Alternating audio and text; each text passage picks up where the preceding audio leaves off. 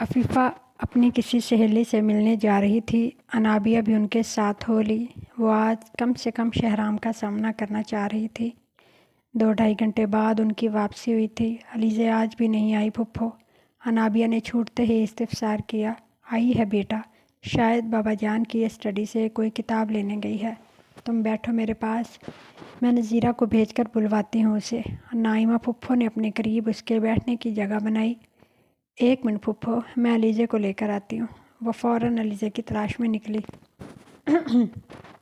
اپنے دل کی بدلتی کیفیات سنانے کے لیے اسے ایک رازداں درکار تھا، اور بہنوں جیسی کزن سے زیادہ اس کا رازداں اور کون ہو سکتا تھا بھلا؟ دھیمی مسکان لبوں پر سجائے وہ اسٹڈی کی طرف آئی تھی۔ اندر سے آتی شہرام کی آواز سن کر وہ ٹھٹک کر رکی تھی۔ رو رو کر تم نے اپنی کیا حالت بنا رکھی ہے؟ پلیز علیزہ چپ ہو جاؤ۔ وہ منت بھرے لہجے میں علیزہ سے مخاطب تھا۔ علیزہ کی سسکیاں تھمنے کا نام نہ لے رہی تھی۔ انابیہ دروازے کی اوٹ میں ہو گئی۔ یہ ایک اضطرابی فعل تھا۔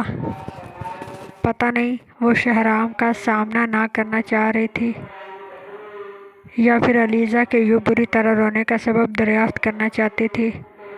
کل علیزہ نے اسے تو ٹال دیا تھا، لیکن اس کی اجڑی شکل دیکھ کر کوئی بھی اندازہ لگا سکتا تھا کہ معاملہ کچھ اور ہے، جس کی وہ پردہ پوشی کر رہی ہے۔ میرے سامنے میرا محبوب کسی اور کا ہو رہا ہے، اور تم کہتے ہو میں آنسو بھی نہ بہاؤں۔ ایک آنسو بہانا ہی تو میرے اختیار میں ہے شہرام۔ پلیز آنسو بہانے سے تو مت روکو، وہ منت بھرے لہجے میں بولی۔ خود کو سمجھاؤ علیزہ، عفیفہ چچی کی مثال تمہارے سامنے ہے۔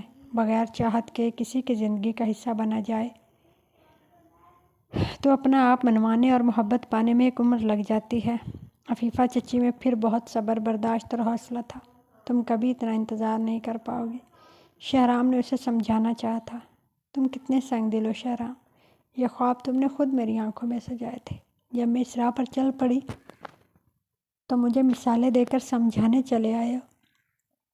علیزہ بپر ہی تو گئی تھی۔ وہ میرا بچپنا تھا علیزہ، میری حماقت تھی۔ شہرام بظاہر افسردہ سے لہجے میں مخاطب ہوا تھا، مگر باہر کھڑی انابیہ کے رگ و پے میں اشتعال کی شدید لہر دوڑ گئی۔ غم اور غصے کی شدت سے اسے اپنے قدموں پر کھڑا ہونا دشوار ہو گیا۔ بنا کچھ مزید سنے وہ واپس پلٹ آئی تھی۔ ایک رات میں ہی جو شخص دل کے اتنا قریب ہو گیا تھا، وہ نگاہوں تک سے گر گیا۔ کتنا بڑا منافق، دغا باز اور ہرجائی شخص تھا وہ۔ انابیہ لڑکھڑاتے قدموں سے اپنے کمرے میں لوٹ آئی۔ کل جب اس نے دادا جان سے پوچھا تھا کہ کیا اس رشتے میں شہرام کی مرضی بھی شامل ہے، تو دادا جان نے کتنا خوش ہو کر اس کی عقل مندی کو سراہا تھا۔ لیکن اس سے زیادہ نادان بھلا کون ہو سکتا ہے؟ علیزہ اور شہرام کی دوستی اور بے تکلفی اس سے ڈھکی چھپی تو نہ تھی۔ آخر اس کے ذہن میں یہ خیال کیوں نہ آیا کہ علیزہ اور شہرام کے درمیان دوستی کے علاوہ کوئی اور رشتہ بھی ہو سکتا ہے؟ محبت کا وہ رشتہ جس کو شہرام نے تو مزے سے بچپن کی حماقت قرار دے دیا تھا، کتنا بے مول کر دیا تھا اس نے علیزہ کے جذبوں کو۔ انابیہ کا دل اپنی سہیلی کے لیے رو رہا تھا۔ تھوڑی دیر بعد جب علیزہ اسے ڈھونڈتی اس کے کمرے میں آئی تو انابیہ کو اس سے نگاہیں ملانا دشوار ہو گیا۔ چپکے بات پکی کروا لی اور ہمیں خبر تک نہ ہونے دی۔ مبارکہ بھائی مبارکہ، علیزہ شگفتگی سے کہتے ہوئے اس سے لپٹ گئی تھی۔ انابیہ اس کے حوصلے اور طرز پر ششدر رہ گئی۔ میرا خیال ہے تمہیں ابھی تک یقین ہی نہیں آیا کہ شہرام سے تمہارا رشتہ ہو گیا ہے۔ علیزہ اس کی ٹھوڑی چھوتے ہوئے مسکرائی تھی۔ یہ سب کچھ اچانک ہوا ہے علیزہ، میرے تو وہم و گمان میں بھی نہ تھا کہ کل دادا جان مما پاپا سے یہ بات کریں گے۔ انابیہ وضاحت دیتے ہوئے روحان سی ہو رہی تھی۔ تو پاگل لڑکی، اس میں اتنا پریشان ہونے کی کیا ضرورت ہے؟ خوش قسمت ہو تم جو کسی کی چاہت پر اس کی زندگی کا حصہ بننے جا رہی ہو۔ علیزہ مسکرا کر بولی تھی، لیکن اس کا بھیگا بھیگا لہجہ انابیہ کے دل کو چیر گیا تھا۔ کاش وہ علیزہ کے لیے کچھ کر سکتی، مگر وہ علیزہ کے لیے کیا کر سکتی تھی؟ آنے والے دنوں میں یہی سوچ اسے بری طرح ہلکان کرتی رہی تھی۔ میمونہ تائی نے بہت پیار سے اس کی انگلی میں شہرام کے نام کی انگوٹھی پہنا دی تھی۔ اس وقت حویلی میں ہر شخص کے چہرے پر بڑی واضح خوشی دیکھی جا سکتی تھی۔ انابیہ کا بس نہ چلتا تھا کہ وہ حویلی کے ایک شخص کو پکڑ کر شہرام کی حقیقت سے آگاہ کر دے، لیکن شہرام جیسے شخص سے کچھ بعید نہ تھا۔ ہو سکتا ہے وہ صاف مکر ہی جاتا کہ اس نے کبھی علیزہ کو بھی اپنی محبت کا یقین دلایا تھا۔ یہ وہ علیزہ کے منہ پر کہہ سکتا تھا کہ وہ محبت بچپن کی حماقت تھی، تو سب کے سامنے بھی یہ بات ہنسی مذاق میں اڑا سکتا تھا۔ باتوں کا تو ویسے بھی کھلاڑی تھا۔ انابیہ ہرگز نہ چاہتی تھی کہ علیزہ کی ذات کا بھرم ٹوٹے۔ جب اس نے خود کسی کے سامنے صدا احتجاج بلند نہیں کی تو انابیہ بھی یہ کیسے کر سکتی تھی؟ کبھی خیال آتا کہ وہ علیزہ کا نام لیے بغیر شہرام سے جڑا رشتہ توڑ دے تو ہو سکتا ہے شہرام علیزہ کو اپنا لے، لیکن پھر شہرام کی صفاقی یاد آ جاتی۔ وہ علیزہ کو جتلا رہا تھا کہ بغیر چاہت کے کسی کی زندگی میں شامل ہوا جائے تو زندگی عفیفہ کی طرح گزرتی ہے، تشنہ اور ناآسودہ۔ اپنی ماں کی پوری زندگی انابیہ کی نگاہوں کے سامنے گھوم جاتی۔ آبلہ پائی کا یہ سفر اختیار کرنا واقعی علیزہ کے بس کی بات نہ تھی۔ انابیہ سوچتی جاتی اور دماغ پھٹنے کو ہو جاتا۔ سب کچھ جانتے بوجھتے شہرام کی زندگی میں شامل ہونا اس کے بس سے باہر تھا، لیکن اپنے ماں باپ کی خوشی سے دمکتے چہرے دیکھتی تو بے بسی کا احساس سوا ہو جاتا۔ اس نے زندگی میں کبھی اتنا مطمئن اور خوشباش نہ دیکھا تھا۔ اس کا ایک جذباتی قدم خاندان بھر کی خوشیوں کو داؤ پر لگا سکتا تھا۔ برسوں کے بچھڑے ہوئے اب جا کر ملے تھے اور پھر ان میں کوئی دراڑ نہیں ڈالنا چاہتی تھی، سو سب کچھ وقت کے دھارے پر چھوڑ دیا۔ اس کے فائنل سیمسٹر کے فوراً بعد شادی کی تاریخ رکھ دی گئی تھی۔ پہلے شہریار کی بارات سبین کے گھر گئی تھی۔ اگلے روز وہ شہرام کے سنگ رخصت ہو کر حویلی پہنچ گئی تھی۔ علیزہ نے شادی کی تمام رسموں میں بھرپور شرکت کی تھی، لیکن انابیہ نے بہت بار اسے اپنی بھیگی پلکیں صاف کرتے ہوئے بھی دیکھا تھا۔ بلا کا ضبط تھا اس لڑکی میں۔ اس نے انابیہ کی بہن بن کر شہرام سے تگڑا سا نیک بھی وصول کیا تھا اور اس وقت اس کی خلخلاہٹ عروج پر تھی۔ انابیہ میں جتنا ضبط نہ تھا، وہ مسلسل روئے جا رہی تھی۔ سب اس رونے کو دلہن کے روایتی رونے پر محمول کر رہے تھے، مگر وہ تو جیسے آج سارے آنسو بہا دینا چاہتی تھی۔ شاید اسی طرح دل پر دھرا بوجھ کم ہو جاتا۔ انابیہ میری جان، میرے بچے، کیوں رو رو کر خود کو ہلکان کر رہی ہو؟ بیٹا اس طرح تو کل سبین بھی نہیں روئی تھی۔ تم تو اپنوں میں آئی ہو، ہم سب ہیں نا تمہارے پاس۔ کل صبح سویرے تمہارے ماما پاپا اور سلیمان سنان بھی آ جائیں گے۔ نائمہ پھپھو نے اسے باہوں میں بھینچ کر خوب پیار کیا تھا۔ سب رسمیں چھوڑو نائمہ، میری بیٹی کو اس کے کمرے تک لے جاؤ، اس نے تو رو رو کر اپنا برا حال کر لیا ہے۔ بابا جان نے دیکھ لیا تو وہ بھی پریشان ہو جائیں گے۔ میمونہ بیگم نے نائمہ کو مخاطب کیا۔ نائمہ اسے کمرے تک چھوڑ آئی تھی۔ میرے سر میں بہت درد ہو رہا ہے، پھپھو یہ جویلری اتار دوں؟ وہ پوچھ رہی تھی۔ نائمہ اس کا سوال سن کر کچھ پریشان ہوئی تھی۔ کچھ دیر رک جاؤ، بس ہم ابھی شہرام کو تمہارے پاس بھیجتے ہیں۔ وہ اسے موقع محل کی نزاکت سمجھانا چاہ رہی تھی۔ اتنے میں میمونہ دودھ کا فلاسک لیے آ گئی تھی۔ نائمہ نے دھیرے سے بھاوج کو اس کی طبیعت سے آگاہ کیا۔ وہ دونوں ہاتھوں سے سر پکڑے بیٹھی تھی، چہرے پر شدید تکلیف کے آثار تھے۔ تائی جان پلیز کوئی سادہ سا ڈریس نکال دیں، میں ریلیکس کرنا چاہتی ہوں۔ اسی حالت میں رہی تو مجھے خدشہ ہے کہ میں بے ہوش ہی نہ ہو جاؤں، وہ تھکے تھکے لہجے میں بولی۔ نائمہ اور میمونہ نے بے بسی سے ایک دوسرے کو دیکھا۔ ٹھیک ہے میرے بچے، تم پریشان نہ ہو، نائمہ وارڈروب سے کوئی سوتی جوڑا نکال دو، انابیہ کو میں سر درد کی کوئی دوائی لاتی ہوں، میمونہ نے نائمہ کو مخاطب کیا۔ نائمہ کی مدد سے اس نے جیولری، بالوں اور دوپٹے میں اٹکی ہوئی پنوں سے نجات حاصل کی تھی۔ پھر کپڑے تبدیل کر کے وہ بستر پر نیم دراز ہو گئی اور شہرام کے آنے سے پہلے وہ نیند کی وادی میں اتر چکی تھی۔ صبح اس کی آنکھ کھلی تو چند لمحوں کے لیے تو سمجھ میں ہی نہ آیا کہ وہ اس وقت کہاں ہے۔ پھر گرد و پیش پر نگاہ ڈالی تو لبوں پر پھیکی سی مسکراہٹ پھیل گئی۔ نہ چاہنے کے باوجود وہ آخر شہرام کے نام سے جڑ کر اس کے بیڈ روم میں پہنچ چکی تھی۔ قسمت کے سامنے کسی کا زور چلتا ہے بھلا؟ وہ گہری سانس لیتی اٹھ بیٹھی تھی۔ اتنے میں ڈریسنگ روم سے شہرام برآمد ہوا۔ انابیہ نے صرف ایک نگاہ اس پر ڈالی پھر جامد احساسات کے ساتھ اپنی جگہ بیٹھی رہی۔ صبح بخیر زندگی۔ شہرام اسے دیکھ کر بہت محبت سے مسکرایا تھا۔ انابیہ نے اس پر دوبارہ نگاہ تک ڈالنے کی زحمت گوارا نہ کی تھی۔ اب کیسی طبیعت ہے تمہاری؟ وہ نرمی سے استفسار کر رہا تھا۔ ٹھیک ہوں، اس نے لٹ مار انداز میں مختصر سا جواب دیا۔ اچھی بات ہے، ویسے میں تاریخ عالم کا پہلا دلہا ہوں جس کی سہاگ رات بیوی کا سر دباتے ہوئے گزری ہے۔ وہ مسکراتے ہوئے اسے چھیڑ رہا تھا۔ اگر وہ شہرام کی اصلیت سے آگاہ نہ ہوتی تو اس وقت دل میں اس کی اعلیٰ ظرفی کی قائل ہو چکی ہوتی۔ گزرتی رات اس نے شہرام کا انتظار تک نہ کیا تھا۔ مانا اس کی طبیعت خراب تھی، لیکن جس طرح وہ کپڑے تبدیل کر کے لب بھی تان کر سو گئی تھی، کوئی اور ہوتا تو زندگی کی ہنسی رات کو اس بے دردی سے ضائع کرنے پر خفگی کا اظہار تو کرتا، لیکن وہ بنا کچھ جتائے بہت ہنستے مسکراتے اس کے مزاج پرسی کر رہا تھا۔ چلو تم فریش ہو لو، پھر سب کے ساتھ مل کر ناشتہ کرتے۔ شہرام کے کہنے پر وہ اٹھ گئی تھی۔ اس کا اصل مسئلہ شہرام تھا۔ وہ گھر کے باقی لوگوں کو اپنے رویے سے پریشان نہ کرنا چاہتی تھی۔ پھر گھر میں ایک اور دلہن بھی موجود تھی۔ انابیہ جانتی تھی کہ اگر وہ سر جھاڑ منہ پھاڑ حلیے میں کمرے سے نکلی تو فوراً اس کا تقابل سجی سنوری سبین بھابھی کے ساتھ کیا جائے گا۔ شفیق ستائی جان کی رات والی مہربانی ہی بہت تھی۔ وہ اب انہیں شکایت کا موقع نہ دینا چاہتی تھی۔ منہ ہاتھ دھو کر اس نے ہلکا فیروزی کامدانی سوٹ پہنا تھا۔ کندن کی نازک سی جویلری اور لائٹ سا میک اپ۔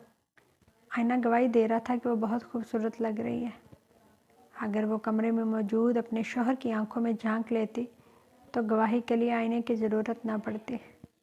شہرام بہت فرصت سے اس کے چہرے کے حسین نقوش تک رہا تھا۔ انابیہ اسے لاکھ نظر انداز کرنے کی کوشش کرتی، مگر اس کی نگاہوں کی تپش سے اس کی ہتھیلیاں پسینہ پسینہ ہو رہی تھی۔ بہت پیاری لگ رہی ہو۔ ڈریسنگ ٹیبل کے شیشے میں اپنے پیچھے کھڑے شہرام کا عکس دیکھ کر وہ سٹپٹا گئی تھی۔ معلوم ہے مجھے، اپنی گھبراہٹ پر قابو پاتے ہوئے اس نے سرد میری سے جواب دیا۔